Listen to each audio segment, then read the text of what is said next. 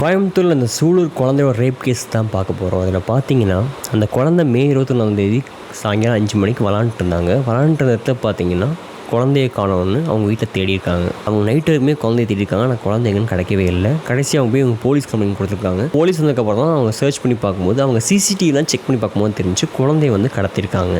24 ஹவர்ஸில் போலீஸ் கண்டுபிடிச்சிட்டாங்க. அந்த பொண்ணு பார்த்தீங்கன்னா இறந்த மாதிரி கிணத்துல சடலமாக கிடந்திருக்கு. பாடி அவங்க எடுத்து போய் போஸ்ட்மார்ட்டத்தில் கொடுக்கும்போது அந்த போஸ்ட்மார்ட்டம் ரிப்போர்ட் என்னன்னு பார்த்தீங்கன்னா அந்த குழந்தைய ரேப் பண்ணியிருக்காங்க அப்படின்னு ரிப்போர்ட்டில் சொல்லியிருக்காங்க.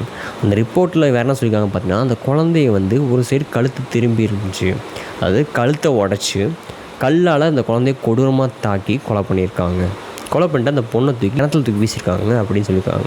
அப்போ போலீஸ் இந்த ரிப்போர்ட் எடுத்து யார் அந்த கொலையாளின்னு சர்ச் பண்ணும்போது பார்த்தீங்கன்னா போலீஸ் அந்த சிசிடிவிலாம் செக் பண்ணும்போது தான் தெரிஞ்சு கூட்டு போனது யாருன்னு பார்த்தீங்கன்னா அவங்க பக்கத்து வீட்டில் இருக்கிற கார்த்திக்ங்கிற ஒரு பர்சன் தான் அந்த குழந்தைய கூட்டு போய் கொலை பண்ணியிருக்காரு.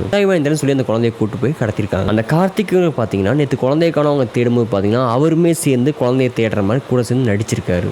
ஆனால் அந்த போலீஸ் உள்ள இன்வால்வ் ஆனதுக்கப்புறம் தான் அவங்க சிசிடிவி செக் பண்ணும்போது தெரிஞ்சிருக்கு அவர் தான் அந்த குழந்தைய கூட்டு போய் ரேப் பண்ணி கொலை பண்ணியிருக்காருன்னு போலீஸ் தெரிஞ்சு அவர் அரெஸ்ட் பண்ணியிருக்காங்க.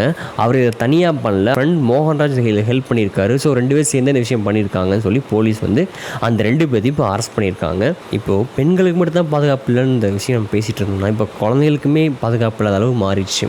அதாவது ஒரு குழந்தைகிட்ட இப்படி தோணுமா அப்படின்னு நமக்கு நினைக்கிற அளவில் ஒரு குழந்தைய இந்த மாதிரி பண்ணிவிட்டு அதை ஒரு கொடூரமான விஷயம் கொலை பண்ணுறாங்கன்னா அவங்களாம் என்ன மாதிரி ஆட்கள்?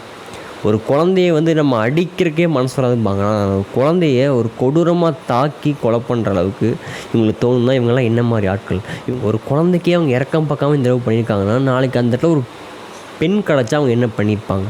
அவங்க அப்போது இந்த மாதிரி ஆட்களை இன்னும் வெளியே வச்சுருக்காங்க. தப்புக்கள் குறையணும்னா தண்டனை கடுமையாக இருந்தால் மட்டும் தான் தப்புக்கள் குறையும். இந்த கவர்மெண்ட் எந்த கவர்மெண்ட்னாலும் அவங்க மக்களுக்கு தேவையான அடிப்படை விஷயமே பாதுகாப்பு தான். ஆனால் இப்போ அதுவே இல்லாத போது தான் அவங்க கேள்விக்குறியாக நிற்கிறாங்க. குழந்தைய கொலை பண்ண 2 பேர்த்தையும் அவங்க அரெஸ்ட் பண்ணிட்டாங்க. ஆனால் இந்த கொலையாளிகளுக்கு கொடுக்க போகிற தண்டனை என்ன?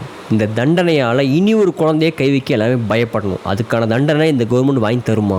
அப்படி தான் மக்களுக்கு ஒரு கேள்வியாக இருக்குது. இறந்த குழந்தையோட பேரண்ட்ஸ் கிட்ட ஃபோன் பண்ணி பேசியிருக்காரு. பேசி அதுக்கு ஆறுதல் சொல்லியிருக்காரு. அவர் அதோடு நிறுத்தாமல் இதுக்கான தண்டனையாக அவர் சீக்கிரம் வாங்கி தரணும் பர்சனலாகவே கேட்குறோம். ஏன்னா ஒரு குழந்தைய தொட்டால் இது நடக்கணும் ஒரு பயத்தை உருவாக்கினா மட்டும் தான் திருப்பி யாரும் அந்த குழந்தையத்தோட பயப்படுவாங்க. ஸோ இந்த கவர்மெண்ட் அதை நிறைவேற்றுமா? அது மக்கள் நம்பி ஒரு கவர்மெண்ட்டை உட்கார வச்சுருக்காங்க. அந்த நம்பிக்கையை அந்த கவர்மெண்ட் காப்பாற்றுமா அப்படின்னு தான் இந்த கேள்வியே.